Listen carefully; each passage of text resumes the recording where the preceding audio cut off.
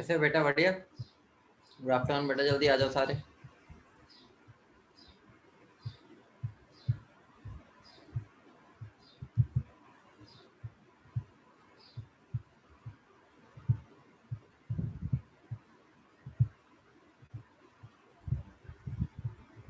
Good afternoon, good afternoon. पहले तो सारे मुझे ये बता दो बेटा, आज भी क्लास के बाद ही बनाना, ठीक है? क्योंकि थ्योरी पार्ट है, इसमें टाइम अगर ज़्यादा लगा देना फिर चैप्टर लंबा हो जाएगा, ठीक है? तो ये बच्चे सारे पहले, आज भी एक आधा दिन लगेगा, उस दिन में ही हमारा शायद खत्म हो जाता, लेकिन वो क्लास एकदम एंड हो गई थी, ठीक है? तो कोई बात नहीं, आज हम कर लेते हैं उसको।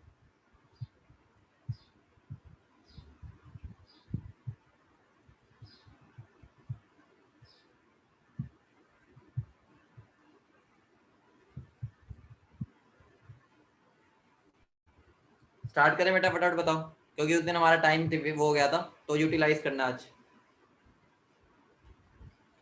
ठीक है? कितने बच्चे आ गए? चलो भाई स्टार्ट करते हैं। तो हमने लास्ट क्लास में कहाँ पे छोड़ा था, एक बार राइट बताना मुझे, फटाफट बता दो। लास्ट क्लास में हमने कहाँ पर छोड़ा था? फ्लोरोसेंस समझ गए थे सारे बच्चे? सारे बच्चे फ्लोरोसेंस समझ गए थे, ठीक है? अगर फ्लोरोसेंस समझ गए थे तो भाई ये स्पीड भी हो गया था ना, याद है मुझे, स्पीड भी हो गया था, ठीक है? उसके बाद फोटोग्राफिक पीरियड भी मैंने बता दिया था। बस इतना समझ लो, फ्लोरोसेंस बोलूं चाहे चाहे फोटोग्राफिक पीरियड समझ, मतलब क्या हो गया, ये वहां पर चमक प्रोड्यूस कर रहे हैं, चमक समझ रहे हो ना? टिम टिम, ठीक है? बस हर चीज को तुम्हें चमक से रिलेट करना है। अभी अभी के लेवल पे उसको चमक मान लेना। बोलो क्लियर है? बोलो क्लियर है? ठीक है। अब बेटा देखो, ये वाले पॉइंट को समझ लो एक बार। क्या बोल रहा हूं मैं? ये वाले पॉइंट को बेटा समझ लो, ये वाला बहुत इंपॉर्टेंट पॉइंट है, अभी मैं इसको यूज भी करने वाला हूँ। देखो, कैथोड रेस के अंदर मैंने अभी तुम्हें क्या बताया, हमें पता तो चल गया उसमें चार्ज पार्टिकल है, तो वो क्या करते हैं, देखो मान लो मेरा हाइड्रोजन है, ठीक है? मान लो हाइड्रोजन का एटम है, मान लो, या हीलियम का मान लो। मुझे बताओ, हीलियम का अगर एक एटम है तो ऑब्वियस सी बात है उसके पास इलेक्ट्रॉन तो होंगे ना, ठीक है? हमें आइडिया तो है ही ना कि उसके पास इलेक्ट्रॉन होते हैं, ठीक है? यहाँ पे इलेक्ट्रॉन होते हैं, बीच में न्यूक्लियस होता है, इतना तो हमें पता ही है। अब हमने क्या देखा, जब मैंने क्या किया, ध्यान से सुनना, सुनो भाई। जब मैंने इस हीलियम के एटम पर, ये पूरा एटम है हीलियम का, इसके ऊपर मैंने कैथोड रे टकराई, समझ लो, कैथोड रे से टकराव किया, उसके ऊपर धक्का मारा, तो क्या हुआ, एकदम मुझे क्या पता चला, उसने ये जो बाहर इलेक्ट्रॉन बैठा था ना, ये महाराज जी, उसको धक्का मार के ना एटम से बाहर निकाल दिया। समझ रहे हो? मतलब उसने एटम को आयनाइज कर दिया। आयनाइज का मतलब क्या है, उसने उसको आयन बना दिया। आयन समझते ना, आयन, आयन में कन्वर्ट कर दिया। मतलब उसने एक एटम को आयन में कन्वर्ट कर दिया। मतलब इनडायरेक्टली मैं ये बोल सकता हूं, उसके पास टेंडेंसी है हमारी आयनाइज करने की गैसेस को। समझ रहे हो बेटा? आयनाइज का मतलब क्या है, उसके अंदर से इलेक्ट्रॉन को बाहर निकाल दो, धक्का मारो, वो इलेक्ट्रॉन बाहर से निकल जाएगा। समझ रहे हो? बोलो इतनी बात क्लियर है? बोलो इतनी बात क्लियर है? ये प्रॉपर्टी है बेटा। उसके बाद वो होती है ना, एनर्जी होती है। अब मान लो तुम खड़े हो, तुम यहाँ खड़े हो, मैं पीछे से आके तुम्हें तेज धक्का मारू, तुम अपनी जगह से हिल जाओगे ना, तो मतलब वही वाली बात उसमें हो गई। बोलो क्लियर है बेटा? बोलो भाई क्लियर है? बोलो भाई, समझ गए सारे बच्चे? सारे बच्चे समझ गए? ठीक है, आगे बढ़े। चलो भाई, अगली बात देखो बेटा, अगली बात, अगली बात है यहाँ पर, अगर मैं बात करता हूँ पेनिट्रेशन। बेटा पेनिट्रेशन का मतलब समझते हो? पेनिट्रेशन का मतलब है कि वो इतनी स्पीड पर आ रहे हैं, अगर मैंने एक थिन मेटल की फॉइल ले ली, थिन मेटल की फॉइल, और उसके ऊपर मैंने इलेक्ट्रॉन को टकरा दिया, कैथोड रेस को, पेनिट्रेशन का मतलब बिल्कुल वो डीप तक घुस जाएंगे। पेनिट्रेशन का मतलब होता है, कैथोड रेस का टेंडेंसी है, मेटल फॉइल है ना, मतलब होता है ना, जैसे हम बोलते हैं कि बुलेट है, मैंने बुलेट फायर की, वो पेनिट्रेट कर गई, मतलब वो हमारी बॉडी के अंदर घुस गई।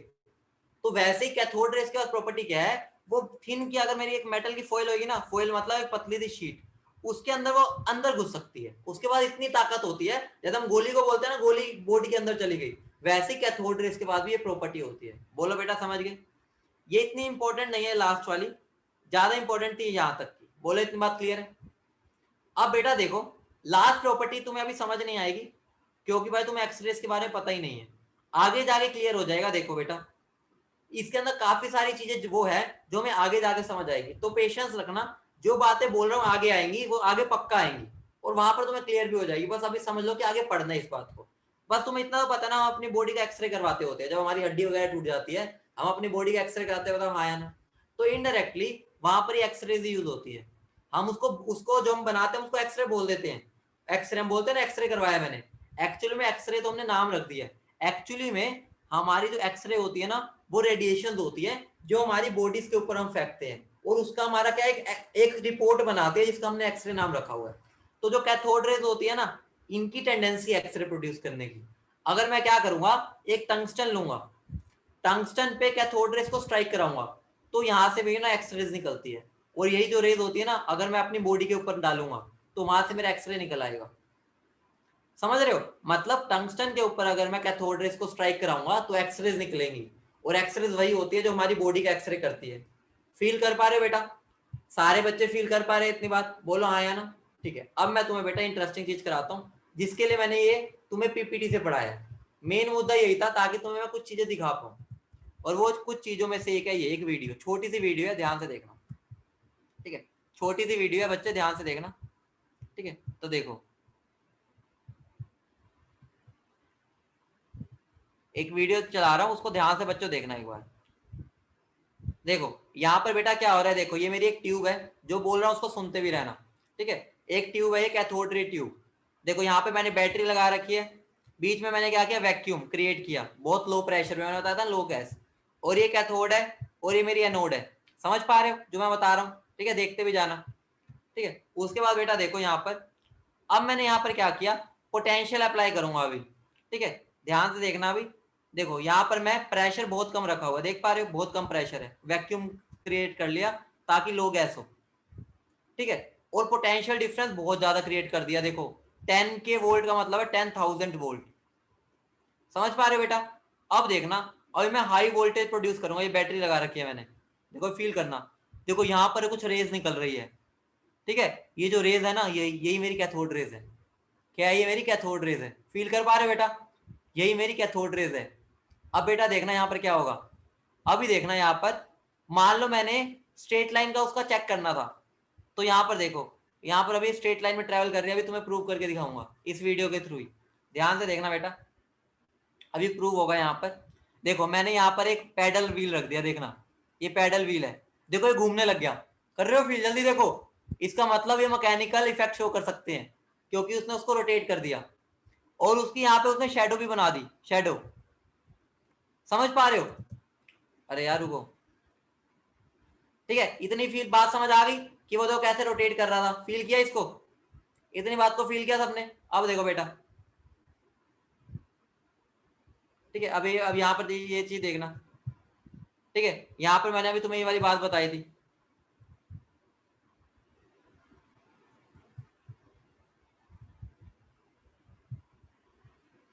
अभी देखना बेटा यहाँ पर, अभी इसने इसको रोटेट किया था। अभी देखना यहाँ पर, इसके बाद, जस्ट इसके बाद मैंने अभी तुम्हें क्या बताया था, वो इलेक्ट्रिक फील्ड और मैग्नेटिक फील्ड डिफ्लेक्ट होते हैं, बता रखा है मैंने लास्ट क्लास में। देखना भाई, बहुत मजा आएगा इस देखने में, ध्यान से देखना। ठीक है, ये तो मैंने वो दिखाया। अभी देखो, अरे यार मैं सॉरी यार, मैं ना गलती से एंटर दबा देता हूँ, नेक्स्ट हो जाता है, कोई नहीं। अब देखना, देखो ये काइनेटिक एनर्जी वाला क्लियर हो गया। अभी देखना, अभी देखना बेटा, एक चीज दिखाऊंगा यहाँ पर, चाहे टाइम ज्यादा लग रहा है लेकिन तुम्हें क्लियर हो जाएगा, वो ज्यादा जरूरी है। अब देखो, अरे यार क्या हो रहा है यार, मैं उसको पोस्ट करने लगता हूँ वो एकदम हो जाता है। एक मिनट बेटा, एक मिनट। ठीक है, हार तो हम भी नहीं मानेंगे। हाँ ठीक है। अरे यार, ये एकदम इस टाइम पर ही आगे क्यों भाग जाता है?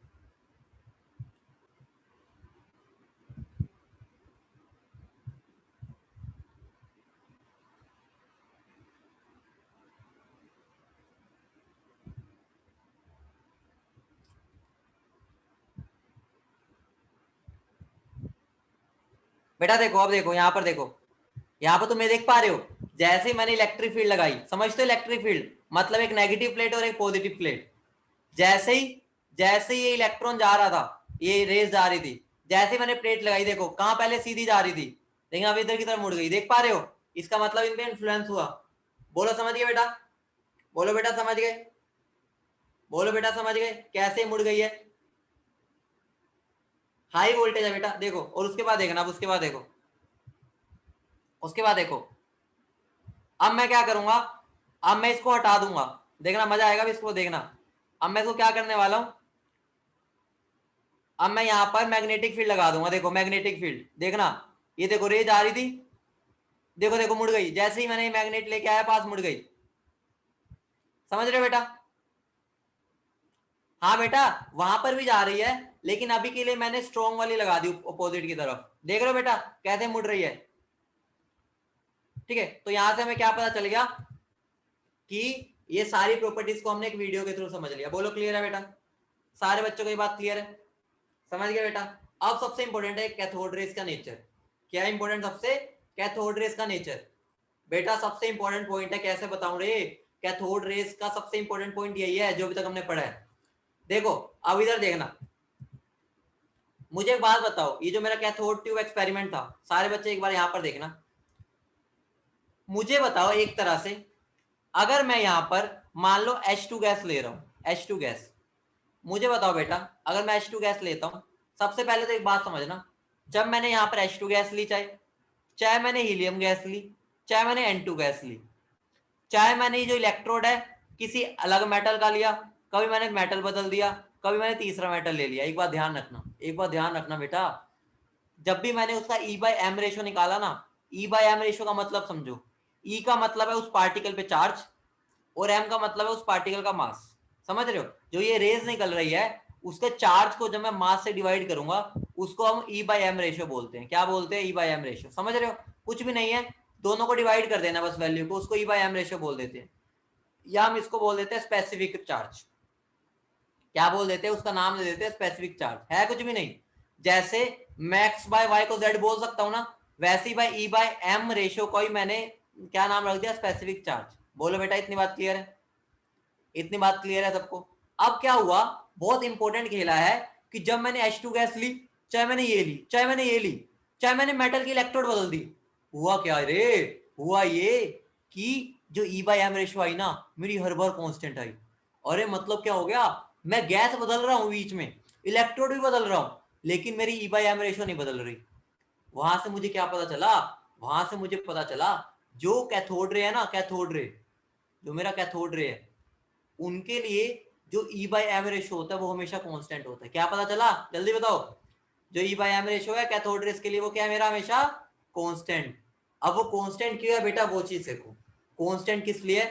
आइए वो चीज बताता हूं कि कांस्टेंट क्यों आया, आखिर आखिर क्या कमी थी इसके प्यार में जो कांस्टेंट आ गया। देखो ध्यान से सुनना, मुझे बताओ, जो इलेक्ट्रॉन निकल रहे हैं, बेसिकली बेसिकली मैं ये बोल सकता हूँ मेटल का सरफेस है, बताओ इलेक्ट्रोड का मतलब ही क्या? एक मेटल का सरफेस है। मुझे बताओ, मेटल तो भाई इलेक्ट्रॉन देने के लिए जाने जाते हैं नहीं जाने जाते? इतनी बात बताओ, इलेक्ट्रॉन देने के लिए जाने जाते हैं नहीं जाने जाते? मेटल का काम ही क्या होता है? इलेक्ट्रॉन देना। अब मैं अगर पीछे से जोर का धक्का मारूंगा, जोर का, कि भाई इलेक्ट्रॉन को बाहर निकल, तो इलेक्ट्रॉन निकलेंगे? बताओ, बोले इलेक्ट्रॉन निकलेंगे। इसका मतलब जो मेटल के सरफेस से इलेक्ट्रॉन निकल रहे हैं, सबसे पहले तो वही मेरी कैथोड रेज है। बोलो समझ पा रहे हो? वही मेरी कैथोड रेज है। ठीक है, मुझे बताओ, अगर मैं यहाँ पर इलेक्ट्रोड को बदल दूंगा, जो उसमें इलेक्ट्रॉन हो क्या वो बदल जाएंगे? भाई इलेक्ट्रॉन तो कहीं से भी आए, इलेक्ट्रॉन तो इलेक्ट्रॉन है। समझ रहे हो? इलेक्ट्रॉन तो इलेक्ट्रॉन है, कहीं से भी आए। अब मुझे बताओ, अभी मैंने एक प्रॉपर्टी पढ़ाई थी कि इन कैथोड रेज के पास एक प्रॉपर्टी होती है गैस को आयनाइज करने की। बोलो, गैस को आयनाइज करने की। मान लो मैंने यहाँ पर हाइड्रोजन का एटम ले रखा है, हाइड्रोजन का एटम, मुझे बताओ हाइड्रोजन के एटम को जब मैं आयनाइज करूंगा तो उसको ऐसे कन्वर्ट कर देगा? बताओ, इतनी बात बताओ, क्लियर है? हाइड्रोजन प्लस अलग कर दिया और एक इलेक्ट्रॉन उसमें से अलग निकाल दिया। बोलो अब मुझे बताओ, इसका मतलब इन कैथोड रेज ने हाइड्रोजन एटम के अंदर से भी इलेक्ट्रॉन निकाल दिया। बोलो, अभी इलेक्ट्रॉन भी तो एक तरह से कैथोड रे की तरह काम करेगा, मतलब ये इलेक्ट्रॉन भी एनोड की तरफ जाएगा, तो ये भी मेरी कैथोड रे बन गई या नहीं बन गई? इतनी बात बताओ, इतनी बात बेटा बताओ। तो क्या मैं ये बोल सकता हूँ, क्या मैं ये बोल सकता हूँ अरे, कि जो ओरिजिन ऑफ कैथोड रेज है, ओरिजिन ऑफ कैथोड रेज, सबसे पहले क्या होता है? सबसे पहले बेटा मुझे बताओ, सबसे पहले ओरिजिन क्या होता है उनका? सबसे पहले बेटा वो इलेक्ट्रोड से निकलती है। कहां से? इलेक्ट्रोड से। लेकिन थोड़ी देर बाद वो गैस में से भी निकलने लग जाती है। मतलब कैथोड रे का पहले तो ओरिजिन होता है इलेक्ट्रोड, थोड़ी देर बाद गैस भी हो जाता है। बोलो बेटा इतनी बात क्लियर है? क्योंकि अब गैस भी इलेक्ट्रॉन को पैदा कर रहा है, समझ रहे हो। तो कभी भी अगर आ जाए ओरिजिन ऑफ कैथोड रेज तो तुम्हारा आंसर क्या होगा, इलेक्ट्रोड भी और गैस भी। बोलो क्लियर है। और दूसरी बात, E by M ratio cathode ray का हमेशा क्या रहेगा, कांस्टेंट। बोलो क्लियर है बेटा, बोलो बेटा क्लियर है, हमेशा क्या रहेगा, कांस्टेंट। बोलो भाई, चमक गई बात। आगे बढ़े, बताओ। तो बेटा देखो, यहाँ पर मैंने नेचर ऑफ कैथोड रे यही बताया है कि कैथोड रे के अंदर छोटे छोटे से पार्टिकल होते हैं जिन पे नेगेटिव चार्ज होता है, ठीक है, जिनका नाम हमने इलेक्ट्रॉन रख दिया। पैदा होने पे एक नाम रखते हैं ना, तो इनका नाम हमने इलेक्ट्रॉन रख दिया। दूसरी बात, जो ये ई बाई एम रेशियो है वो ना ही नेचर ऑफ मटेरियल पर डिपेंड कर रहा है, ना ही नेचर ऑफ इलेक्ट्रोड पर, मतलब ना ही वो गैस पे डिपेंड कर रहा है और ना ही इलेक्ट्रोड। बहुत इंपॉर्टेंट पॉइंट है, इस पे बहुत क्वेश्चन आते हैं, समझ रहे हो बेटा। उसके बाद आप मुझे बताओ, अगर ई बाई एम रेशियो एक कॉन्स्टेंट ही है तो इसका मतलब मैं उसकी वैल्यू तो निकाल सकता हूँ ना, पहले निकाल लूंगा। ऑब्वियस सी बात है, मैं इलेक्ट्रॉन के चार्ज को इलेक्ट्रॉन के मास से डिवाइड कर दूंगा, मुझे पता ही है ये वैल्यूज। तो वो जो वैल्यू आएगी वो ये आती है, तो ये तो हमेशा फिक्स रहेगी ना। बोलो हाँ या ना, ये वैल्यू हमेशा फिक्स रहेगी, बताओ हाँ या ना। बोलो, इतनी बात क्लियर है कि ये वैल्यू तो हमेशा फिक्स रहने वाली है, और ये वैल्यू भी याद रख लेना, काम आएगी आगे, ठीक है। ज्यादा ही काम नहीं आते लेकिन फिर भी एक बार याद रख लेना। नहीं बेटा अभी नहीं बनाने, मैं ये पीपीटी भेज दूंगा फिर बना लेना, ठीक है, पहले समझ लो आज अच्छे से। इतनी बात क्लियर है। अब देखो बेटा, एनोड रेस। एनोड रेस बेटा बहुत सिंपल सी चीज है। तुम खुद सोचो, एक बात सोचो, साइंटिस्ट ने क्या देखा, कोई चीज कैथोड से एनोड की तरफ जाती हुई दिखी, तो साइंटिस्ट को ये भी लगेगा कि भाई कुछ एनोड से कैथोड की तरफ भी आ सकता है। ऑब्वियस सी बात है, ये तो कॉमन सेंस है। साइंटिस्ट इतना तो दिमाग लगा ही सकते हैं ना कि अगर कुछ एनोड से कैथोड पे जा रहा है तो कैथोड से एनोड पे भी जाता होगा, ऑब्वियस सी बात है। तो साइंटिस्ट ने क्या सोचा, चलो एक बार उन पे भी नजर डालते हैं। तो वहां से क्या हुआ, ध्यान से समझना। उन्होंने जब उनके ऊपर नजर डाली तो वो नजर क्या आया, उनको ध्यान से देख लेना, बहुत इंटरेस्टिंग खेला है। इंटरेस्टिंग खेला तो लगभग सेम ही है। सबसे पहला खेला क्या है, वो स्ट्रेट लाइन में ट्रेवल कर रहे हैं। बताओ कैसे पता चलेगा स्ट्रेट लाइन है, कैसे पता चलेगा स्ट्रेट लाइन है। वो क्या करेंगे, शार्प शेडो जनरेट करेंगे, समझ रहे हो, तो स्ट्रेट लाइन हो गया। वो फोटोग्राफिक प्लेट को अफेक्ट कर रहे हैं, ये वाली बात मैं तुम्हें बता रहा हूँ, मतलब चमक चमक सी आ रही है। वो डेविएट भी हो रहे हैं, इसका मतलब उनपे चार्ज है, समझ रहे हो। और वो कहाँ की तरफ डिफ्लेक्ट हो रहे थे, नेगेटिव प्लेट की तरफ, इसका मतलब क्या था, चार्ज होगा उनपे पॉजिटिव। सारी बातें मैं कैथोड रे में डिटेल में बता चुका हूँ, तो यहाँ पे बस फटाफट बता रहा हूँ, ठीक है। उसके बाद देखो, जब मैंने उनको एक मेटल के ऊपर फेंका ना, ध्यान से सुनना, इलेक्ट्रॉन तो बहुत अंदर तक घुस गया, इलेक्ट्रॉन तो बहुत अंदर तक पेनिट्रेट कर गया, लेकिन कैथोड रे ज्यादा अंदर तक नहीं जा पाई। समझ रहे हो, उसकी प्रॉपर्टी है, रीजन क्या है, वो मोटी मोटी सी है थोड़ी सी। डेविएट का मतलब बेटा होता है मुड़ जाना, मतलब मेरा पाथ है डेविएट, मतलब मैं ऐसे जा रहा हूँ और मैं अपने रास्ते से मुड़ गया, उसका मतलब होता है डेविएट। बोलो क्लियर है, समझ रहे हो, मतलब उनका पेनिट्रेशन पावर कम है, ठीक है, मतलब वो ज्यादा अंदर तक नहीं, डीप नहीं जा पाती, क्लियर। और लास्ट वो फ्लोरेसेंस शो करती है। फ्लोरेसेंस मतलब क्या, बताओगे, बताओ बेटा, फ्लोरेसेंस का मतलब क्या है, तुम बताओ क्या मतलब है। बोलो भाई, फ्लोरेसेंस का मतलब चमक, ट्विंकल, मतलब चमक आना एकदम, ठीक है, ऐसे चकबूज होना, क्लियर है। और फोस्फोरेसेंस का मतलब भी चमक ही मान लो, ठीक है, दोनों ही चमक से रिलेटेड है। मतलब ये तीनों चीजें कभी भी तुम्हारे माइंड में आए तो चमक समझ जाना बस, अभी के लेवल पे इतना समझ जाए तो बहुत बढ़िया। बोलो क्लियर है इतनी बात, सारे बच्चों को इतनी बात क्लियर है, ठीक है। अब बेटा इसका इंटरेस्टिंग खेला क्या था, इसका इंटरेस्टिंग खेला क्या है, ध्यान से सुनना, अब सुनना। हाँ, अब बता रहा हूँ तनिषा, वही बता रहा हूँ, यहीं से तो इंटरेस्ट आता है, इंटरेस्ट यहीं से आना। देखो, साइंटिस्ट ने जब यहाँ पर हाई वोल्टेज अप्लाई की, ध्यान से सुनना, क्या की, हाई वोल्टेज, तो उन्होंने क्या देखा, उन्होंने कुछ रेस जाती हुई देखी एनोड से कैथोड की तरफ। ध्यान से सुनना चैतन्या बेटा, पेनिट्रेट का मतलब बस इतना है कि वो अंदर तक ज्यादा नहीं जा पाई, वो मोटे लोग थे। अब मुझे बताओ, मोटे लोग हैं ना, वो ज्यादा अंदर तक नहीं जा पा रहे, इलेक्ट्रॉन छोटू छोटू से वो अंदर तक चले गए, ऐसा समझ लो बस, ठीक है। अब बेटा ध्यान से सुनना बेटा, ये इंपॉर्टेंट पॉइंट बता रहा हूँ, सबका ध्यान इधर ही होना चाहिए अब जो बताने जा रहा हूँ। जब मैंने हाई वोल्टेज अप्लाई की तो भाई यहाँ पर क्या हुआ, कुछ यहाँ पर मुझे बताओ रेडिएशन दिखी निकलती हुई, कुछ यहाँ से निकलता हुआ दिखा। बेटा ध्यान रखना, मैं यहाँ पर एक बहुत ही कीमती लाइन बताने वाला हूँ जिसका बहुत ही बड़ा एक वैल्यू है। कुछ रेडिएशंस, कुछ रेज निकलती हुई दिखी जो कि एनोड से कैथोड की तरफ जा रही थी। मैं क्या बोल रहा हूँ, वर्ड पर ध्यान दो, कुछ रेज एनोड से कैथोड की तरफ जाते हुए दिखी। मैं ये नहीं बोल रहा कि एनोड से निकलती हुई दिखी, मैं ये बोल रहा हूं एनोड से कैथोड की तरफ जाती हुई। दोनों में बहुत फर्क है। एनोड से निकल रही है ये नहीं बोला मैंने क्या बोला, एनोड की तरफ से जा रही है कैथोड की तरफ। इसका मतलब साफ है, मैं ये बिल्कुल भी नहीं निकल बोल रहा कि जो एनोड रेज है वो मेरी एनोड से निकलती है, मैं बिल्कुल भी नहीं बोल रहा। समझ रहे हो, मैंने कैथोड रे में बोला था कि वो कैथोड से निकल रही है, लेकिन एनोड रे में यहाँ पे तो ये कैथोड से निकल रही थी, लेकिन एनोड रे में ये एनोड से निकल रही है, ये बिल्कुल गलत बात है। बोलो बेटा समझ रहे हो, रीजन भी बताता हूँ क्यों। बोलो बता बेटा, पहले इतनी बात बताओ, क्लियर है कि कोई भी अगर बोल दे क्या एनोड रेज एनोड से निकलती है, आंसर है नो। ठीक है, कैथोड रे कैथोड से निकलती है, आंसर है यस। क्लियर है, क्योंकि मैंने तुम्हें बताया था वो तो इलेक्ट्रॉन ही है। अब बात है, अब इसको प्रूव कैसे करें। अब क्या बात आ रही है, इसको मैं प्रूव कैसे करूं, आइए प्रूव करते हैं। मुझे एक बात बताओ बेटा, क्या अभी तक हमने कभी बोला कि प्रोटॉन मूव कर रहे हैं? क्या अभी तक हमने बोला प्रोटॉन मूव करते हैं? इतनी बात बताओ, हमेशा इलेक्ट्रॉन ही मूव कर रहे होते हैं, बताओ। तो यहाँ हुआ क्या था, देखो, जब यहाँ से कैथोड रेज निकली थी, ध्यान से देखना, जब कैथोड से कैथोड रेज निकली थी, रास्ते में गैस थी, बताओ हाँ या ना। रास्ते में गैस के एटम थे, बताओ। मान लो हाइड्रोजन एटम थे, गैस के मतलब एटम थे हाइड्रोजन। मुझे बताओ, अभी हमने क्या पढ़ा था, कैथोड रेज के पास प्रॉपर्टी होती है गैस को आयनाइज करने की। तो जैसे ये कैथोड रेज जा रही थी, रास्ते में उन्हें हाइड्रोजन का एटम दिखा। उसने क्या बोला बेटा हाइड्रोजन एटम को, बेटा तुझे तो मैं सत्यानाश कर दूंगी तेरा। उसने उसको हाइड्रोजन गैस और इलेक्ट्रॉन में कन्वर्ट कर दिया। अभी इलेक्ट्रॉन तो इनडायरेक्टली कैथोड रे बन गया, बताओ। इलेक्ट्रॉन तो कैथोड रे बन गया इनडायरेक्टली।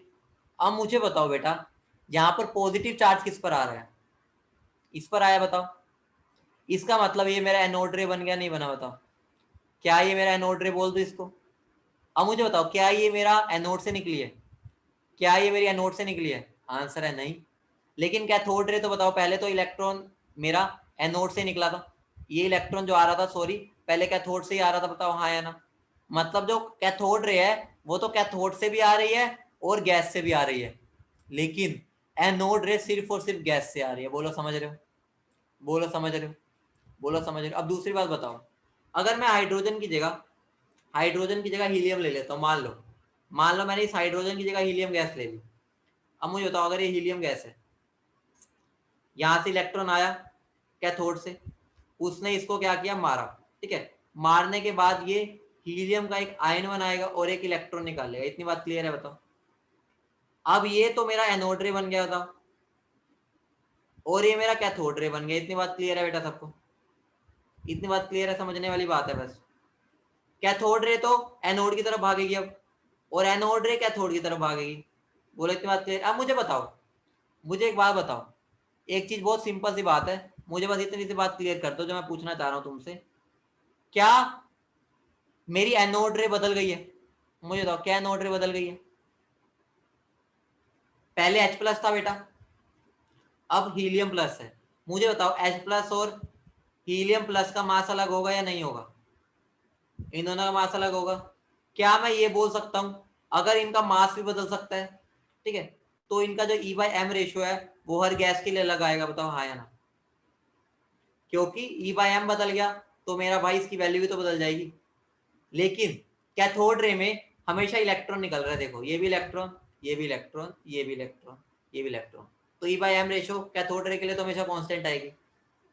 इसका मतलब मैं ये बोल सकता हूं एनोड रेस के लिए, क्या बोल रहा हूं मैं, एनोड रेस में मेरा E बाई एम रेशियो कभी कांस्टेंट नहीं आएगा। बोलो समझ रहे हो, क्योंकि एनोड रे में वो डिपेंड करेगा गैस कौन सी है। बोलो बेटा इतनी बात क्लियर है सारे बच्चों को? इतनी बात बेटा सबको क्लियर हो गई? बोलो फटाफट, बोलो इतनी बात क्लियर है? तो मैं यहां से क्या बोल सकता हूं कि देखो, जो पॉजिटिव चार्ज पार्टिकल आया, ठीक है, हमें क्या पता चला, पॉजिटिव चार्ज पार्टिकल्स जो है, ध्यान से समझना, उनका उनकी वैल्यू किस पर डिपेंड करती है, नेचर ऑफ गैस पे। इतनी बात क्लियर है, वो डिपेंड कर रही है। अगली बात, ई बाय एम रेशियो एक कांस्टेंट वैल्यू नहीं है, is not a constant value. Reason क्या है, क्योंकि E by M ratio gas के चेंज करने पे बदल जाता है। इतनी बात क्लियर है, गैस बदलेगी तो ई बाय एम रेशियो भी क्या हो जाएगा, चेंज हो जाएगा। बोलो इतनी बात क्लियर है? अब बेटा मुझे एक बात बताओ, E/m में अगर मैं वैल्यू पुट करूं, जिस गैस का सबसे कम मास होगा उसका E/m उतना ही बड़ा होगा ना, क्योंकि वो डिनोमिनेटर में है। मुझे बताओ वो गैस बताओ जिसका मास सबसे कम होता है, वो गैस बताओ जिसका मास सबसे कम होता है। H2 गैस का मास सबसे कम होता है, ठीक है, H2 गैस का। इसका मतलब मैं ये बोल सकता हूँ E/m रेशियो सबसे ज्यादा उसी का होगा, E/m रेशियो सबसे ज्यादा। तो मैं क्या बोल सकता हूँ, E/m रेशियो मैक्सिमम तब होगा जब मेरी हाइड्रोजन गैस होगी। बोलो इतनी बात क्लियर है बेटा सबको, सारे बच्चों को इतनी बात क्लियर है, क्योंकि मास उसका सबसे कम होगा। चैतन्या बेटा देखो, E/m रेशियो निकालनी है मुझे। अगर जिसका मास कम है उसका E/m ज्यादा होगा ना, ऑब्वियस सी बात है यार, डिनोमिनेटर जितना कम उतनी इसकी वैल्यू ज्यादा। तो हाइड्रोजन गैस से कोई लाइट गैस होती नहीं है, सबसे छोटी गैस है हाइड्रोजन। हाइड्रोजन गैस का सबसे मास कम होता है, इसका मतलब उसका E/m सबसे ज्यादा नहीं होगा। अब क्लियर है भाई, अब बेटा क्लियर है सबको, इतनी बात क्लियर है सबको। अब बेटा एक और बात सुनो मेरी, सिंपल सी बात बता रहा हूं। अगर मैंने हाइड्रोजन गैस लिया, हाइड्रोजन गैस, तो उसमें जो मेरा आयन बनेगा वो H+ बनेगा। बताओ हाँ या ना, इतनी बात बता दो, H+ बनेगा। और H+ के अंदर कितने प्रोटॉन होते हैं, हमने एटॉमिक नंबर पढ़ रखा है ना, H+ में कितने प्रोटॉन होते हैं, 1 होते हैं ना। तो क्या मुझे बताओ, क्या मैं ये बोल सकता हूं जब मेरी H2 गैस होगी उस टाइम पर मैं एनोड रे को प्रोटॉन बोल दूं, क्योंकि उसके पास एक ही तो है प्लस चार्ज, और एक प्लस चार्ज का मतलब ही तो प्रोटॉन होता है, समझ रहे हो। एक अगर किसी के पास अंदर पॉजिटिव चार्ज होगा उसका मतलब ही क्या होता है, प्रोटॉन है। लेकिन अगर मान लो मैं कोई और गैस ले लूं, हीलियम, जो हीलियम से मेरा आयन बनेगा, क्या मैं इसको प्रोटॉन बोल सकता हूं, इतनी बात बता दो। इसको मैं पॉजिटिव चार्ज स्पीशीज बोल सकता हूं, पॉजिटिव चार्ज स्पीशीज बोल सकता हूं, लेकिन मैं इसको प्रोटॉन नहीं बोल सकता। बोलो इतनी बात समझ रहे हो, क्योंकि प्रोटॉन बोलने के लिए मुझे उसके अंदर सिर्फ एक ही मिलना चाहिए, वो पॉजिटिव वाला पार्टिकल, मतलब वो प्रोटॉन, तो ही मैं इसको प्रोटॉन बोल पाऊंगा, समझ रहे हो। तो मैं एनोड रेस को प्रोटॉन का बोल सकता हूं जब वो गैस उसके अंदर H2 होगी। बोलो इतनी बात क्लियर है बेटा। मनिका बेटा देखो, मुझे पता है प्रोटॉन का मतलब क्या होता है, एक पॉजिटिव पार्टिकल है ना, एक पॉजिटिव चार्ज पार्टिकल। और H+ के अंदर भी कितने पॉजिटिव चार्ज पार्टिकल होते हैं, एक ही तो होता है, और उसी को तो हम प्रोटॉन बोलते हैं। तो हम H+ को भी तो तभी प्रोटॉन बोल देते हैं क्योंकि H+ के अंदर भी एक ही प्रोटॉन होता है। लेकिन अगर मैं हीलियम ले लूंगा, हीलियम के अंदर एक नहीं है, उसमें बहुत सारे होते हैं, तो मैं उस पूरे पार्टिकल को प्रोटॉन नहीं बोल सकता, ठीक है। तो मैं उसका नाम प्रोटॉन नहीं रखूंगा, सिर्फ हाइड्रोजन के केस में उसको प्रोटॉन भी बोल सकता हूं। अब क्लियर है, अब बेटा क्लियर है, अब इतनी बात क्लियर है। अब बेटा देखो, अब मैं आगे बढ़ता हूं, कीमती चीजों पर आ रहा हूं मैं, कीमती चीजों पर, बहुत कीमती चीजें आने वाली है अब आगे, ध्यान से देखो। न्यूट्रॉन्स की डिस्कवरी की बात करता हूं बेटा। देखो साइंटिस्ट ने क्या किया, साइंटिस्ट को पता चल गया भाई प्रोटॉन है, इलेक्ट्रॉन भी है। उसने क्या किया, फिर उसने सोचा भाई अब मैं एटम का तो मास निकाल सकता हूं, क्या करना है, प्रोटॉन का मास और इलेक्ट्रॉन के मास को ऐड कर दो। बोलो इतना ही तो करना है। अगर मुझे पता चल गया है उसके अंदर प्रोटॉन है और इलेक्ट्रॉन है, उनके मास को ऐड कर दो तो मास ऑफ एटम आ जाएगा। यही होना चाहिए था, बताओ हाँ है ना, यही होना चाहिए था। लेकिन माथा घूम गया उनका, साइंटिस्ट का माथा घूम गया। साइंटिस्ट का माथा घूमा कि भाई ऐसे तो आंसर गलत आ रहा था, आंसर गलत आ रहा था। साइंटिस्ट को लगा यार इसके अंदर तो पक्का और कुछ भी पड़ा है अभी। तो वहां से डिस्कवरी किसकी हो गई, न्यूट्रॉन की। वहां से पता चला इसमें एक और बंदा जरूर है जो चार्ज नहीं लेके बैठा हुआ, क्योंकि अगर चार्ज होता तो भाई वो तो न्यूट्रल लेना होता एटम, उस पर चार्ज नहीं है लेकिन उसका कुछ मास है। तो वहां से मेरी डिस्कवरी किसकी हो गई, न्यूट्रॉन की। तो इसी वजह से फिर हमें पता चला इसके अंदर हमारा न्यूट्रॉन भी होता है। बोलो इतनी बात क्लियर है। और ये बहुत ही कॉमन क्वेश्चन है, न्यूट्रॉन की डिस्कवरी किसने की थी, तो आंसर है चैडविक। बस इतना ध्यान रखना, आंसर है चैडविक, बहुत बार क्वेश्चन आ चुका है ये। बोलो क्लियर है, बोलो क्लियर है बेटा, बोलो क्लियर है। और इतनी बात तो तुम्हें पता ही है ना कि न्यूट्रॉन और प्रोटॉन का लगभग मास बराबर होता है। अगर कोई ज्यादा डिटेल में पूछे तो उसे बता सकते हैं हम, न्यूट्रॉन थोड़ा सा भारी होता है प्रोटॉन से। ये पहली बात मैं तुम्हें मोल कंसेप्ट में बता रखी है, इतनी बात क्लियर है, इतनी बात क्लियर है। अब बात आती है, अब बात आती है उन्होंने क्या एक्सपेरिमेंट किया था। बेटा इस एक्सपेरिमेंट को डिटेल में नहीं करना, एक्सपेरिमेंट क्या किया था बस इतना समझो, दोबारा बता रहा हूं। एटॉमिक स्ट्रक्चर जितना मैं बताऊंगा उतना ही समझना है। रीजन क्या है, इसमें बहुत चीजें फिजिक्स की काम आती है जो तुम्हें अभी वर्ड्स का मतलब ही नहीं पता। तो बढ़िया बच्चा वही है जो टीचर की बात माने। रीजन क्या है, ऐसा नहीं है कि भाई मैं समझाना नहीं चाहता, अभी बात यह है तुम उसको समझ नहीं पाओगे। 2 साल के बाद मतलब जब तुम्हारी 11th और 12th हो जाएगी उसके बाद तुम्हें सब समझ आएगा। तो इसका मतलब ये नहीं होता कोई चीज अभी चल रही है तो अभी समझ आनी पड़ेगी। कई चीजें ऐसी होती है जो मजबूरी है, इस चैप्टर में यूज हो रही है लेकिन उसको हम आगे समझ जाएंगे। तो जो बात बता रहा हूं उसको समझना। अगर एग्जाम में आ जाए कि न्यूट्रॉन की डिस्कवरी वाली रिएक्शन लिखो, तो वो रिएक्शन क्या, ध्यान से समझना। ये मेरा बेरिलियम है, बेरिलियम है, उसके ऊपर मैंने अल्फा पार्टिकल फेंका। बेटा अल्फा पार्टिकल क्या होता है, ध्यान से समझ लेना। अल्फा पार्टिकल कुछ भी नहीं है, ध्यान से सुनना। एक मेरा हीलियम का एटम है, क्या एक हीलियम का एटम है, या हीलियम गैस बोल लो, ठीक है, क्योंकि हीलियम के गैस में भी एक ही एटम होता है, ठीक है। अब मैं क्या करूंगा, हीलियम के पास 2 इलेक्ट्रॉन होते हैं ना, बताओ। तो दोनों इलेक्ट्रॉन अगर मैं निकाल दूंगा, मुझे बताओ उसमें बचेगा क्या। हीलियम का सिर्फ न्यूक्लियस बचेगा ना, इतनी बार बता दो, इतनी बार बताओ। अगर मैं हीलियम के एटम में से दोनों इलेक्ट्रॉन निकाल दूं तो सिर्फ न्यूक्लियस बचा, उसी को हम बोलते हैं अल्फा पार्टिकल। क्या बोलते हैं हम उसको, अल्फा पार्टिकल। इतनी बात बेटा क्लियर है। मतलब हीलियम को क्या कर दो, उसके इलेक्ट्रॉन को निकाल दो, अब जो बचेगा ना उसी को हम अल्फा पार्टिकल बोलते हैं, ठीक है। तो साइंटिस्ट ने क्या किया, चैडविक ने ना एक बेरिलियम लिया, ध्यान सुनना, बेरिलियम, बेरिलियम के ऊपर ना अल्फा पार्टिकल को स्ट्राइक कराया। क्यों कराया उसके बारे में अभी समझो, अभी नहीं समझ पाओगे, बस समझ लो करवाया था उसने, एक्सपेरिमेंट है बस ये।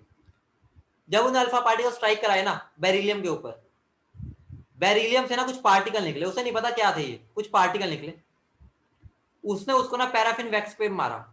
पैराफिन वैक्स क्या होता है, रिच सोर्स ऑफ प्रोटॉन होता है। क्या होता है, रिच सोर्स ऑफ प्रोटॉन। अब क्या हुआ, जब पैराफिन वैक्स पे इस न्यूट्रॉन को मारा तो क्या हुआ, इसमें से प्रोटॉन निकले कुछ, और जब प्रोटॉन निकले फिर मैंने उसको डिटेक्ट कर लिया। तो मुझे एक बात बताओ, अगर मैं तुम्हें बोलूं एक हाथी है, ठीक है, एक हाथी खड़ा है, एक एलिफेंट। अब मैं तुम्हें बोलूं एक चींटी ने आके उसको धक्का मारा, क्या एलिफेंट हिलेगा, क्या एलिफेंट हिलेगा, नहीं। एलिफेंट तभी हिलेगा ना जब उसके बराबरी का कोई टक्कर का आएगा कि उसको हिला पाए। बोला समझ रहे हो। इसका मतलब मैं ये बोल सकता हूँ जो यहाँ से पीछे धक्का मार रहा है इस पे, तो वो उसकी बराबरी का होगा तो ही यहाँ पे धक्का मार के प्रोटॉन निकल पाएगा। ऐसा तो नहीं है ना भाई, एक हाथी खड़ा है उसको चींटी ने आगे धक्का मारा, ऐसा तो नहीं होगा ना। इसका मतलब प्रोटॉन को जिसने भी धक्का मारा है उसका मास बहुत बढ़िया है, उसका मास लगभग प्रोटॉन के बराबर ही होगा तो ही वो धक्का मार पाया। बोलो समझ रहे हो। तो वहां से फिर उन्होंने एक्सपेरिमेंट्स किए और वो अपने आप उन्होंने निकाला कि इनका मास क्या होता है, लेकिन कंसेप्ट तो समझ गए ना कि उसका मास प्रोटॉन के लगभग बराबर क्यों बोलते हैं, ठीक है। इतना तुम समझ सकते हो, बताओ हाँ है ना। बोलो बेटा क्लियर है। तो ये तुम्हें रिएक्शन ध्यान रखनी है। रिएक्शन क्या है, बेरिलियम पे जब मैं अल्फा पार्टिकल को स्ट्राइक कराता हूँ तो मेरा एक कार्बन बनता है और एक न्यूट्रॉन निकलता है, ये रिएक्शन है। इसको रेडियो एक्टिव रिएक्शन बोलते हैं, रेडियो एक्टिविटी, ठीक है। तो वहां पर कर लेना, ठीक है। रेडियो एक्टिविटी अभी तुम्हें पता भी नहीं क्या होता है, ठीक है, वो मैं अभी आगे बता भी नहीं सकता उसकी डिटेल में, वो आगे जाके क्लियर हो जाएगा, ठीक है। बस ये रिएक्शन है, इस बात का ध्यान रखना, ठीक है बेटा। इतनी बात क्लियर है, इतनी बात सबको चमक गई ना, इतनी बात बता दो, ठीक है। सब बनाना है तुम्हें, सब अभी भेज दूंगा बनाने। तो यहां से क्या हुआ बेटा, यहां से मेरे पास कुछ इंफॉर्मेशन आ गई और तुम्हें इंफॉर्मेशन सारी पता है। इलेक्ट्रॉन का सिंबल ये होता है, प्रोटॉन का पी, न्यूट्रॉन का एन। चार्ज तुम्हें पता है, इसका इतना होता है, इसका इतना, इसका 0, सब पता है। रिलेटिव चार्ज अगर बोलूं तो रिलेटिव में -1 इसका लेते हैं, +1 इसका। मैंने तुम्हें मोल कॉन्सेप्ट में पढ़ा रखा है रिलेटिव चार्ज का मतलब। मास की बात करूं तो ये रहे मास, ठीक है। उसके बाद अगर मैं एएमयू में बात करूं तो उनके मास ये रहे, और अगर मैं उनकी इसकी बात कर लूं, ठीक है, अगर मैं अप्रोक्स मास यू वाले, ठीक है, तो वो वाले मास ये रहे। तो बेटा तुम्हें इसकी टेंशन नहीं लेनी, ठीक है, तुम्हें इसकी टेंशन नहीं लेनी, इसको कुछ ना बनाना, जरूरत नहीं है, इसको ही बनाने की जरूरत नहीं है। ये वाली बात, ये वाली बात, ये वाली बात और ये वाली बात, और ये जरूर लिख लेना, इसका स्क्रीनशॉट ले लो कि ये लिखने की जरूरत नहीं है, काम चल जाएगा अगर नहीं लिखोगे, लेकिन ये सारे कॉलम जरूर लिख लेना, ठीक है बेटा। सनन बेटा वो रेडियो एक्टिव होती है, रेडियो एक्टिविटी रिएक्शन होती है, ठीक है। उसके बारे में तुम डिटेल में नहीं जा सकते कैसे आया, ठीक है। रेडियो एक्टिविटी एक अलग ही केमिस्ट्री होती है, मतलब फिजिक्स ही है वैसे तो उसके बारे में अभी बता नहीं सकता, बस रिएक्शन को ध्यान रखना थोड़ा सा, ठीक है बेटा।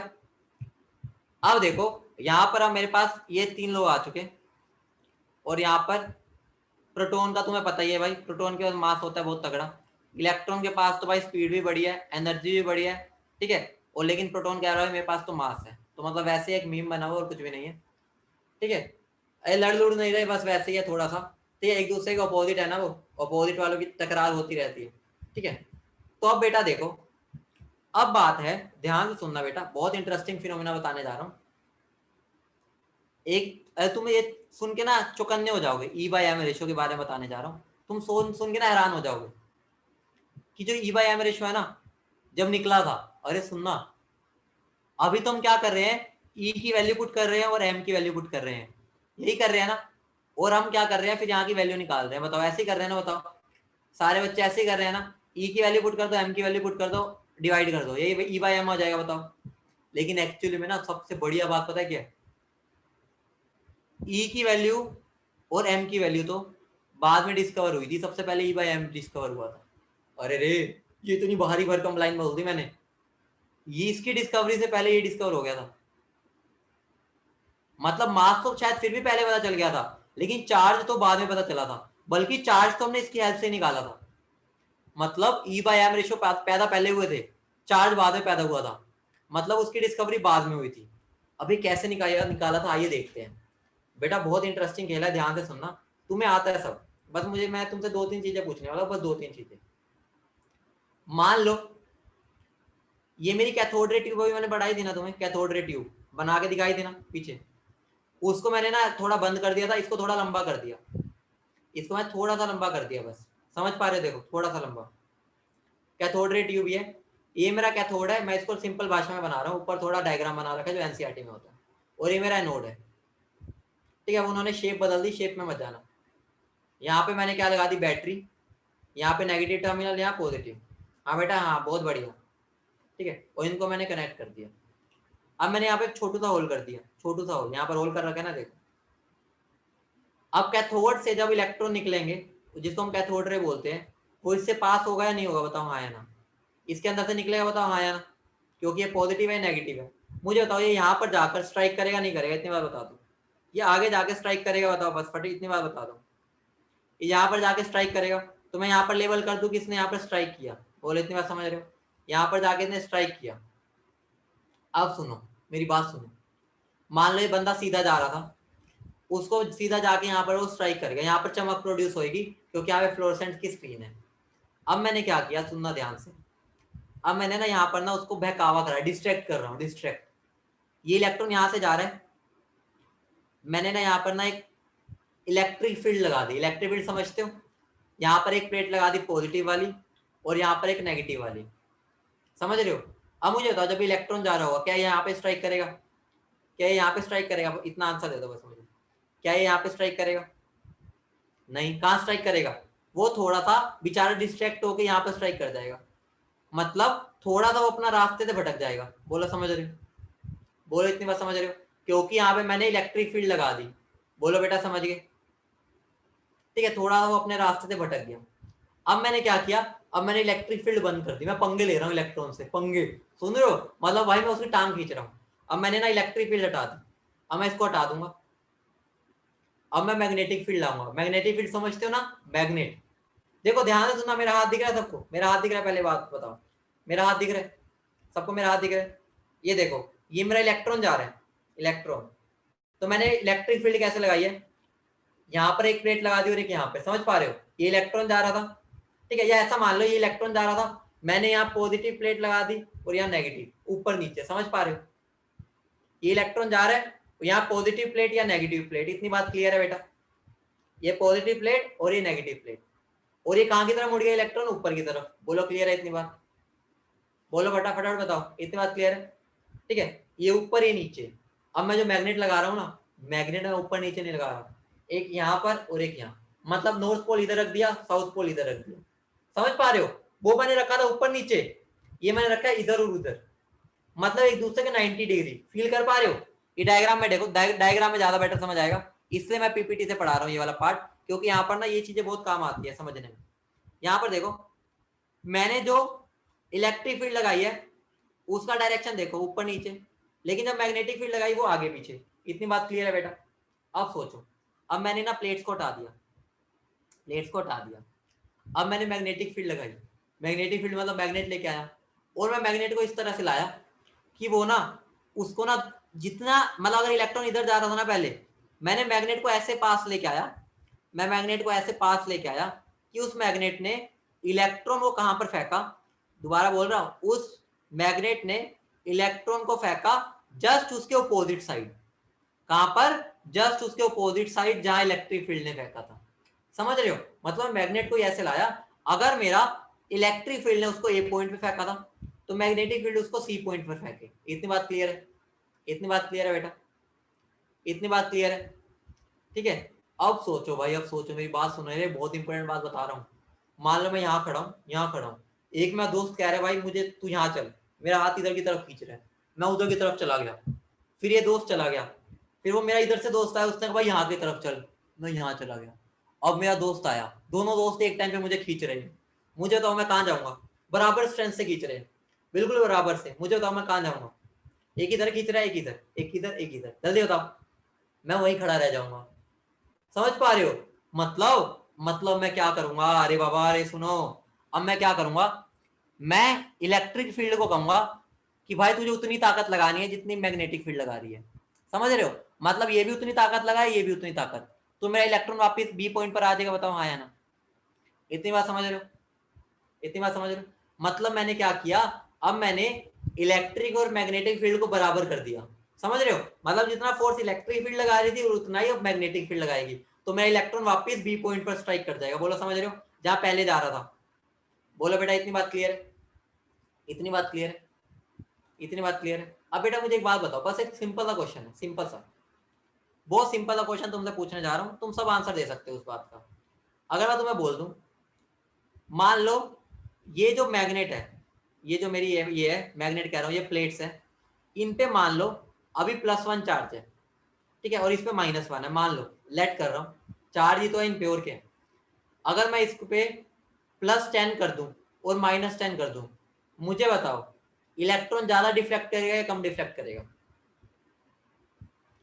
अगर अब मैंने यहाँ पर चार्ज को बढ़ा दिया, 10 गुना कर दिया, तो इलेक्ट्रॉन ज्यादा डिफ्लेक्ट करेगा या कम? मतलब वो अपने रास्ते ज्यादा भटकेगा कम? ऑब्वियस सी बात है, ज्यादा करेगा ना। अरे पहले मुझे रेमिस्टीरियो खींच रहा था और मुझे खली खींच रहा है, मुझे बताओ बेटा खली ज्यादा खींचेगा या रेमिस्टीरियो? अब पता है ना भाई रेमिस्टीरियो खली कौन है? खली। समझ रहे हो? मतलब मैंने क्या कर दिया, मैंने इलेक्ट्रिक फील्ड को बढ़ा दिया, मैंने इलेक्ट्रिक फील्ड को बढ़ा दिया। इलेक्ट्रिक फील्ड को बढ़ाने का मतलब सिर्फ इतना है, मैंने उसका फोर्स बढ़ा दिया। ठीक है, इलेक्ट्रिक फील्ड को बढ़ा दिया तो मेरा क्या हो जाएगा, डिफ्लेक्शन बढ़ जाएगा। इतनी बात समझ रहे हो बेटा? इतनी बात समझ रहे हो बेटा? डिफ्लेक्शन बढ़ जाएगा, बोलो हाँ। इतनी बात क्लियर है?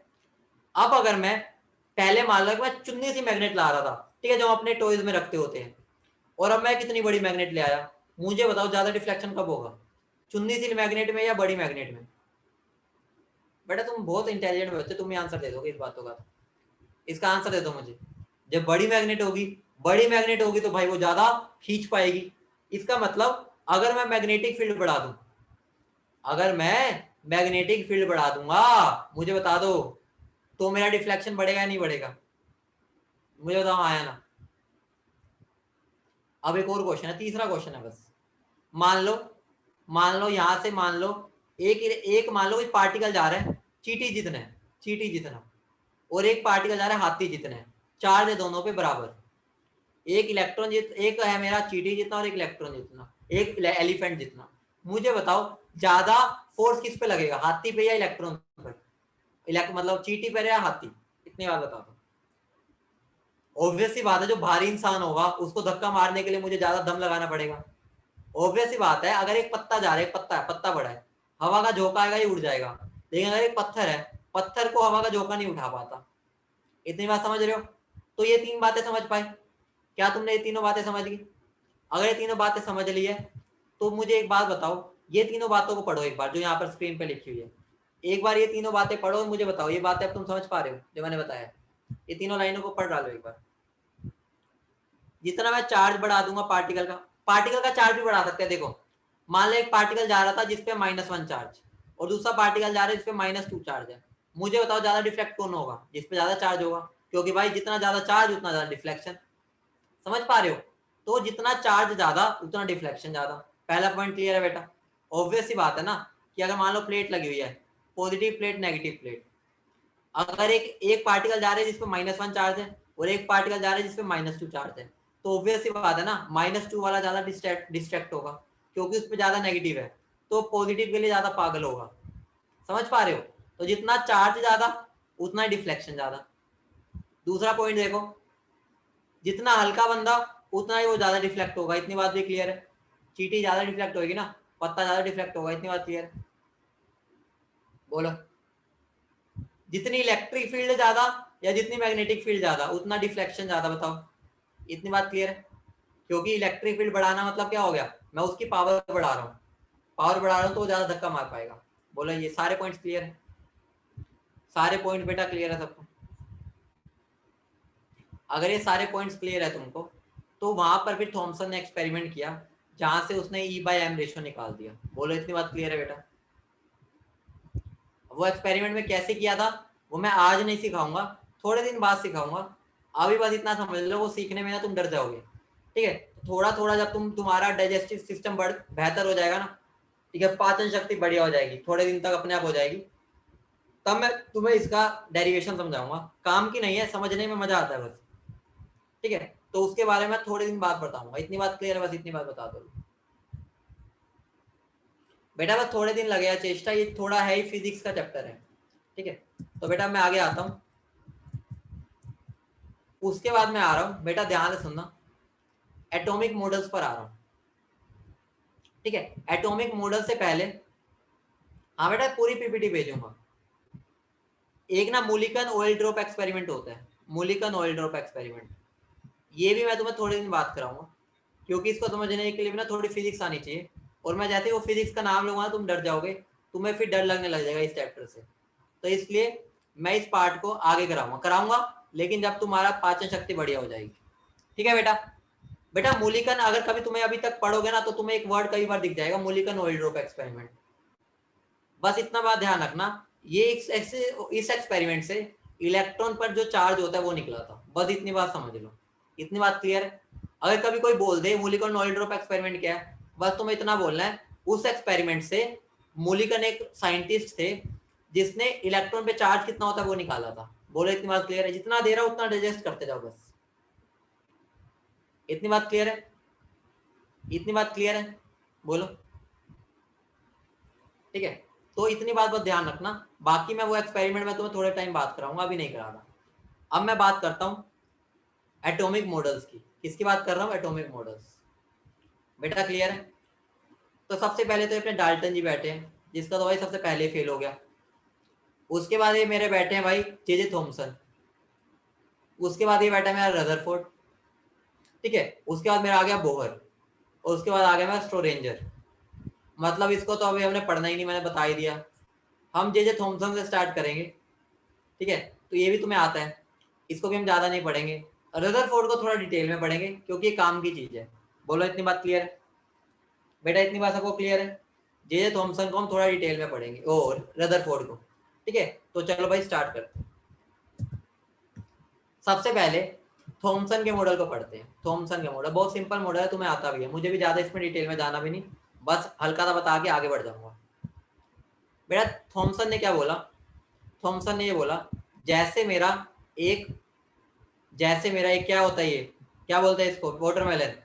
ठीक है? जैसे मेरा ये वाटरमेलन है ना, जैसे मेरा ये वाटरमेलन है, जैसे मेरा वाटरमेलन है वैसे ही मेरा ये एटम होता है। वाटरमेलन के अंदर जो रेड रेड पार्ट होता है, ये जो रेड रेड है सारा, ठीक है, ये मेरा पॉजिटिव चार्ज है सारा, ये पॉजिटिव चार्ज है। और ये जो सीड्स दिख रही है, सीड्स, ये मेरा सारा नेगेटिव चार्ज है। समझ रहे हो बेटा?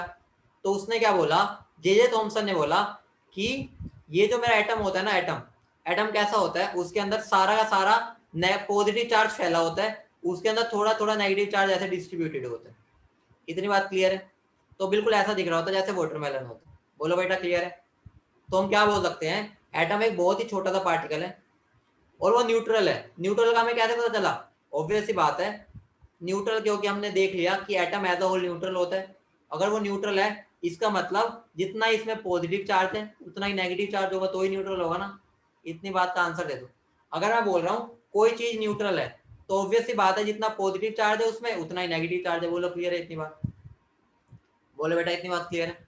अगर इतनी बात क्लियर है तो उसने इसका नाम क्या रख दिया, वाटरमेलन मॉडल या प्लम पुडिंग मॉडल भी बोल देते हैं इसको, ठीक है, प्लम पुडिंग मॉडल।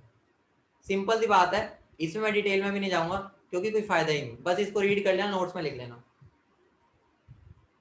ठीक है। उसकी ड्रॉबैक क्या थी? एटॉमिक स्पेक्ट्रा एक्सप्लेन नहीं कर पाया था, बहुत कुछ भी एक्सप्लेन नहीं कर पाया था।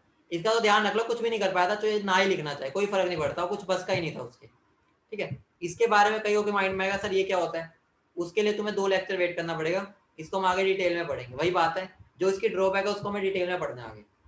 अब बेटा एक बात सोचो, बहुत इंटरेस्टिंग बात बताने जा रहा हूँ, बहुत इंटरेस्टिंग। तुम्हें एक इंटरेस्टिंग फैक्ट बताता हूँ। जो मेरा जे थॉमसन है ना,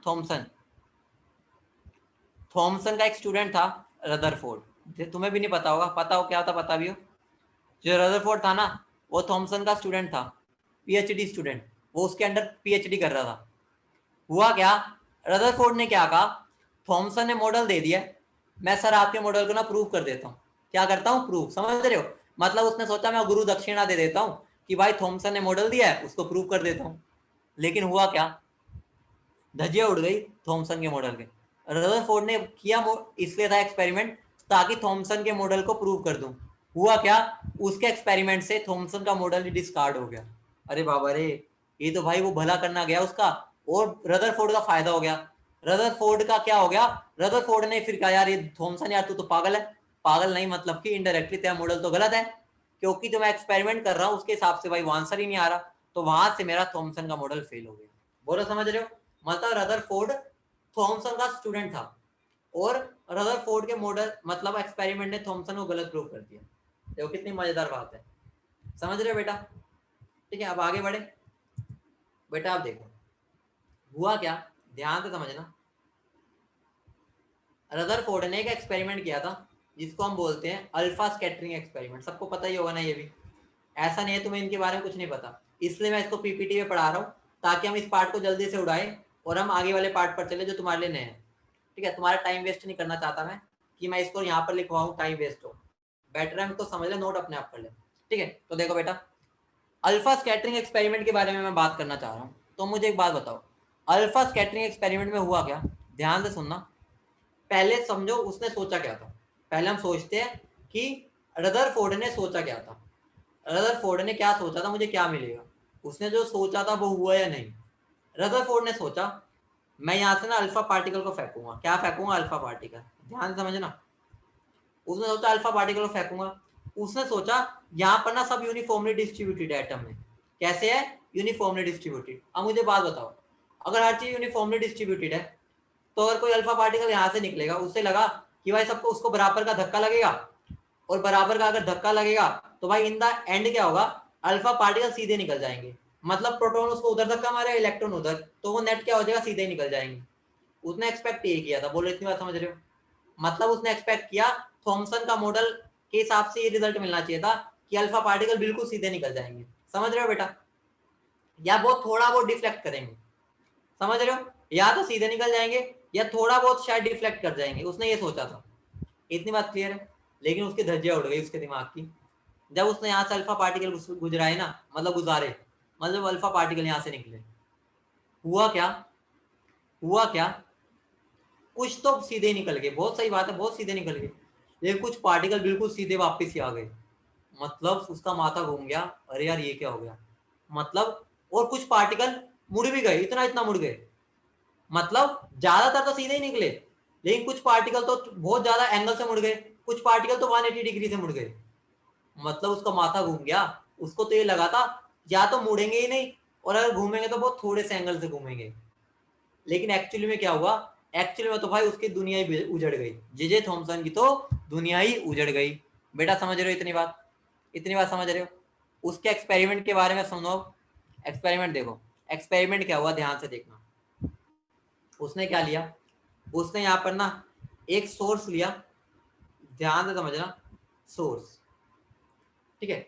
उस सोर्स से बेटा कल से हम वापस बोर्ड पर आ जाएंगे, हमारा थ्योरेटिकल पार्ट आज कवर हो जाएगा लगभग, ठीक है। वो सोर्स क्या करता था, अल्फा पार्टिकल एमिट करता था, समझ रहे हो? अल्फा पार्टिकल समझते हो ना? अल्फा पार्टिकल का मतलब है हीलियम का न्यूक्लियस, समझ रहे हो? हीलियम का न्यूक्लियस, जिसको मैं ऐसे भी लिख सकता हूँ अल्फा पार्टिकल। अल्फा पार्टिकल में प्रोटॉन 2 होते हैं और मास नंबर 4 होता है, या मैं इसको ऐसे भी लिख सकता हूँ, ये रिप्रेजेंटेशन है, समझ रहे हो? अगर मैं ऐसे लिख दूंगा ना तो समझ जाना मैं अल्फा पार्टिकल की बात कर रहा हूँ। इतनी बात क्लियर है? क्योंकि मास नंबर 4 हो गया, एटॉमिक नंबर 2 हो गया। बोलो भाई इतनी बात क्लियर है? बेटा मैं बहुत ही कोशिश कर रहा हूँ हर एक बात को समझाऊं, गले की बैंड बज गई मेरी, लेकिन भाई अच्छे से समझो, ध्यान से देखो। ये क्या सोर्स है जहां से अल्फा पार्टिकल निकलेगा, उसको मैंने लेड के डब्बे में डाल दिया। लेड के डब्बा है, लेड समझते हो ना, पीबी, लेड। अब बात है मैंने पीबी के डब्बे में क्यों डाला। बेटा तुम्हें पता है, तुम्हें पता है अगर कोई अल्फा पार्टिकल वगैरह एमिट कर रहा है ना, सोचो रेडियो एक्टिव एलिमेंट का मतलब पता है क्या होता है? रेडियो एक्टिव मतलब है वो पार्टिकल्स है जो अगर हमें हमारे पर टच भी हो गए ना तो हमें लगा लो कैंसर कर देंगे। मतलब कैंसर क्या, हम मर सकते हैं बहुत जल्दी। मैडम क्यूरी का नाम तुमने सुना होगा, कभी सुना है कभी किसी बच्चे ने मैडम क्यूरी? सुना है? नहीं सुना? चलो छोड़ो। एक साइंटिस्ट थी, उसको पता ही नहीं था कि रेडियो एक्टिव एलिमेंट क्या होता है। वो उसके बारे में पढ़ रही थी और बेचारी उस वजह से मर गई। रीजन क्या है? उसके अंदर से ना बहुत हार्मफुल रेडिएशन निकलती है जो हमारी बॉडी के लिए बहुत हार्मफुल है। तो हम उसको ऐसे डब्बे में पैक करते हैं जो उसके अंदर से ना जो गंदी गंदी रेडिएशन निकल रही है फालतू की ना निकलने दे। ठीक है, बस उतनी निकलने दे जितनी हमें चाहिए। मतलब हम एक छोटा सा होल कर देंगे ताकि वो बस उतनी निकले जितनी हमें चाहिए। इतनी बात क्लियर है बेटा? इतनी बात क्लियर है? तो हमने क्या किया, यहाँ से अल्फा पार्टिकल निकले, यहाँ पे पतली सी ने गोल्ड की फॉइल ले ली। गोल्ड की क्यों ली? क्योंकि उसकी बहुत पतली पतली शीट्स बन सकती है, क्योंकि बहुत ही मेलिएबल होता है। तुमने सब पढ़ रखा है ये 9th-10th में। मेलिएबल मतलब उसकी बहुत पतली शीट्स बन सकती है, 1 एटम थिक। क्योंकि अगर ज्यादा मोटी ले लेंगे ना तो वहां पे भीड़ हो जाएगी। हमें बस इतनी मोटी लेनी थी, बस उसकी थिकनेस 1 एटम जितनी हो। मतलब एक एटम की एक वोल बन रखी हो, बस 1 एटम, मतलब इतनी पतली होनी चाहिए। इतनी बात क्लियर है? तो उसने क्या सोचा था, उसने सोचा था सारे पार्टिकल सीधे चले जाएंगे। लेकिन एक्चुअली क्या हुआ, कुछ पार्टिकल यहाँ मुड़ गए, कुछ यहाँ मुड़ गए, कुछ यहाँ मुड़ गए, कुछ यहाँ मुड़ गए, और कुछ तो वापस पूरी बैक आ गए। समझ रहे हो? अब तुम्हारे माइंड में आ रहा होगा सर हमें क्या पता चला यहाँ पर टकरा रहे हैं? चमक से। समझ रहे हो? चमक, मैं तुम्हें बता रखा है। चमक के लिए तो भाई अपना कौन फेमस है? जिंक। हाँ बेटा, न्यूक्लियर प्लांट्स में ये होता है। तो मैंने यहाँ पर जिंक सल्फाइड की ना प्लेटिंग कर दी। सोचो जैसे यहाँ पर कोई टकराएगा यहाँ चमक प्रोड्यूस होगी ना, तो जैसे ही चमक प्रोड्यूस होगी मैं क्या समझ जाऊंगा, पक्का यहाँ पर कोई ना कोई चीज स्ट्राइक कर रही है। बेटा समझ रहे हो? बोलो बेटा समझ रहे हैं? समझ गए बेटा? बोला समझ रहे हो? तो यहां से मुझे क्या पता चला, देखो फटाफट कंक्लूजन कर लेते हैं ताकि नेक्स्ट क्लास में सीधा बोर्ड पे पढ़ाऊं। ठीक है, हमारा थ्योरेटिकल पार्ट खत्म हो जाए। देखो सबसे पहली बात, ज्यादातर अगर अल्फा पार्टिकल सीधे निकल गए इसका मतलब क्या हो गया, ज्यादातर स्पेस क्या है? एम्प्टी है। बेटा समझ रहे हो? मतलब मैं क्या बोल सकता हूँ, ज्यादातर स्पेस क्या है एटम में? एम्प्टी। बोलो क्लियर है बेटा? ज्यादातर स्पेस एम्प्टी है क्योंकि लगभग सारे सीधे निकल गए। अगला देखो, कुछ कुछ थोड़े थोड़े एंगल से बदल गए। इसका मतलब वहां पर थोड़ी सी जगह है, बस थोड़ी सी जगह, जहां पर कोई सेठ बन के बैठा है मोटा सा बंदा, जिसकी वजह से अगर कोई बंदा वहां पर हल्का सा टकरा रहा है तो मुड़ जाता है। समझ पा रहे हो? हल्का सा वहां से टकराएगा तो मुड़ जाएगा। लेकिन सबसे हैरानी की बात क्या है, तीसरी चीज, मान लो अगर मैंने 10,000 पार्टिकल फेंके ना, उसमें से एक पार्टिकल वापिस आ गया, 10,000 में से एक पार्टिकल, तो वहां से क्या पता चला कि जो यहाँ पर ये बैठा ना, ये सारा का सारा मास इसी के पास है। सोचो, सुनो मेरी बात सुनो। मान लो एक अल्फा पार्टिकल आ रहा है, ध्यान सुनना, बस एंड कर दूंगा यहाँ पर, बस ये वाली बात सुन लो फिर एंड कर दूंगा। अल्फा पार्टिकल का मास बोल सकता हूँ 4 प्रोटॉन के बराबर है। इतनी बात बताओ, क्या मैं बोल सकता हूँ 4 प्रोटॉन के बराबर है? इतनी बात हाँ या ना बोल दो। 4 प्रोटॉन के बराबर है, बोलो हाँ या ना। ठीक है, क्योंकि उसके पास ठीक है 4 प्रोटॉन के बराबर मास होता है अल्फा पार्टिकल के पास। अब मुझे बात बताओ, अगर मान लो मैं उसको एक प्रोटॉन पे स्ट्राइक कराता हूँ, तुम खुद बताओ क्या होगा? ये तो उसको साथ ही नहीं लेके चला जाएगा। सोचो, अगर एक मान लो साइकिल खड़ी है, उस पर आगे ट्रक आता है, ट्रक तो उसको साथ ही ले जाएगा अपने। बोलो हाँ या ना? अगर भाई 4 गुना वेट का बंदा इतनी स्पीड पर आ रहा है, वो तो उसको साथ नहीं ले जाएगा। सोचो, सोचो, बोलो फटाफट। इतनी बात समझ रहे हो? लेकिन सोचो भाई सोचो, अगर मैं यहाँ पर अगर मैं यहाँ पर एक प्रोटॉन की जगह इतने सारे प्रोटॉन रख दूं, इतने सारे प्रोटॉन इकट्ठे, यूनिटी यूनिटी यूनिटी, एकता में बल, पढ़ा है ना, बहुत सारे प्रोटॉन। मुझे बताओ अब क्या मेरा जो अल्फा पार्टिकल आ रहा है वो इनको हिला पाएगा? क्या वो इसको हिला पाएगा? बताओ हाँ है ना, इतनी बात बता दो बस। एकता में बल सुना हुआ है ना, ठीक है, यूनिटी में ताकत होती है। तो यहाँ पर क्या हो गया, इसका मतलब पक्का मेरे जो सारे प्रोटॉन है ना, सारे प्रोटॉन इकट्ठे होके बैठे हैं एक छोटी सी जगह पे, जिसका नाम हमने क्या रख दिया, न्यूक्लियस। मतलब हमें वहां से क्या पता चला कि एक न्यूक्लियस है जिसमें बहुत सारे प्रोटॉन इकट्ठे बैठे हैं, क्योंकि अगर ये सारे अलग अलग होते तो अल्फा पार्टिकल उनको धक्का मार के निकल जाता। इसका मतलब सारे इकट्ठे बैठे हुए हैं, जिसकी वजह से अल्फा पार्टिकल को औकात ही नहीं है कि वह इनको इनको कोई तंग भी कर पाए, और बेचारा खुद ही मुड़ जाता है, क्योंकि उनके मुकाबले तो इसका वेट कुछ है ही नहीं। बोलो बेटा, इतनी बात क्लियर है? इतनी बात क्लियर है बेटा? तो यहां तक ठीक है। तो यहां तक देखो, तो हमारा मेन क्या बन गया, तो हमारा ऐसा देखो बनता है कि कुछ तो सीधे निकल गए, कुछ मुड़ गए, और कुछ क्या हो गए, कुछ तो भाई पूरे वापस आ गए। तो मैं तुम्हें बेटा यहाँ तक की पीपीटी भेज दूंगा, इनको नोट्स बना के मुझे रात तक सब सेंड करेंगे,